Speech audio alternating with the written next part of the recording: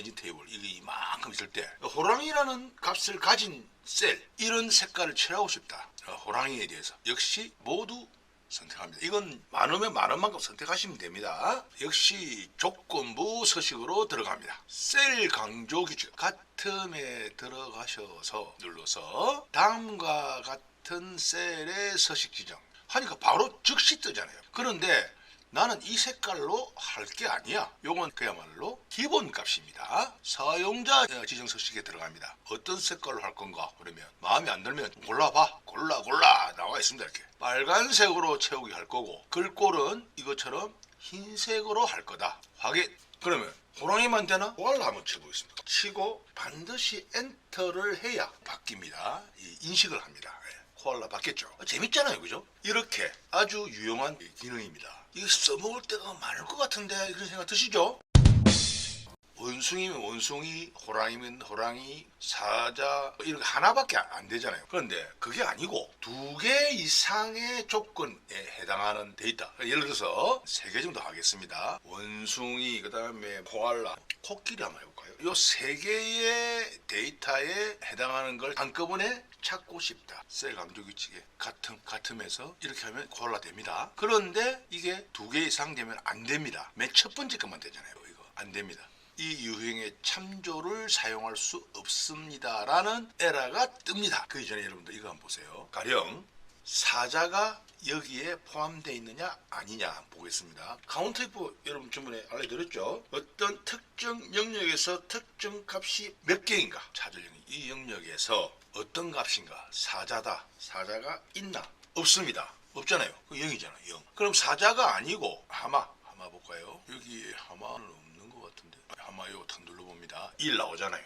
여기 있으면 색깔을 변하게 하라 이거거든요. 카운트 if 함수의 속성을 이해하시면 카운트 if 함수는 역시 어떤 특정 영역에서 특정 값이 몇 개인가 라는 걸 찾는다는 속성입니다. 제 범위를 일단 잡습니다. 그 다음에 조건부 서식에 들어갑니다. 세규칙. 이거는 뭐 아까처럼 기본적인 방법으로는 안 돼요. 수식을 사용하여 서식을 지정할 셀 결정이 나옵니다.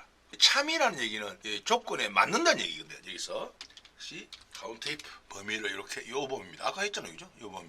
찾을 값을 할 때 항상 이런 실수 많이 하시는 분 계세요. 이 전체 테이블에서 제일 첫째, 만약에 한 줄이면 메뉴 가장 첫 번째 셀입니다. 어쨌든 여기서 용어는 절대값은 2개 다 삭제해야 됩니다. 0개 이상이면, 그러니까 1개라도 있으면, 이 말은 무슨 얘기냐면 이 카운트 if 이래가지고 범위 찾을 값이 0개 이상이다 라는 조건, 다음 수식이 참인 값의 서식 지정이라고 되어 있잖아요. 그죠? 이 조건은 뭐냐면 포함되어 있느냐 아니냐 여부입니다. 0이면 없다는 얘기죠. 그죠? 0 이상이면 포함되어 있다는 얘기가 아니죠. 그죠? 그걸 하기 위해서 count if라는 함수를 쓰는 겁니다. 여기다가 서식을 지정합니다. 그래서 글꼴은 역시 흰색으로 하고 채우기는 빨간색으로 합니다. 이렇게 하고 확인. 이거 맞는지 이렇게 할 것인지 다시 뜹니다. 오케이. 확인 되죠? 어때요? 이렇게 할 수 있다. 여기서 또 바꿔보겠습니다. 표범이 아니고 원숭이 다음에 사자를 할 거다. 사자 바뀌죠. 그 외에도 조건부 서식을 사용해서 할 수 있는 게 많습니다. 일반적으로 많이들 사용하시는 거 이것만 이제 알려드리고 나머지 부분은 제가 설명드린 내용들을 잘 기억하셨다가 또 한번 해보셔도 됩니다. 예를 들면 상위 하위 규칙이라든지 셀 강조 규칙에서도 여러 가지가 있습니다. 재밌는 거 많아요.